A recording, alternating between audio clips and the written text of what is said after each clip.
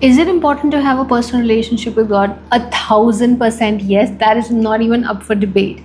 To me, having a relationship with God means the working of the Holy Spirit in me. That means that without the Holy Spirit, I cannot have a relationship with God, because the Holy Spirit is the Spirit of God. He knows God and He can reveal God to me. So, what is the Holy Spirit doing in me? The Holy Spirit, number one, is opening God up, demystifying God so that I can know Him. He is changing me on the inside. The fruit of the Holy Spirit will develop in me. As we spend time with the Holy Spirit, as we pray, as we worship, the hold of the flesh breaks and we begin to be more like Jesus.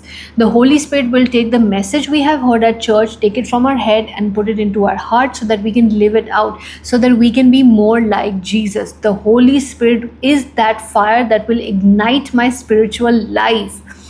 Then, when I stand in front of people, because I have been with God behind a closed door, I will have confidence, because if I can call upon God and He listens to me there, if I call upon Him now, He will listen to me now.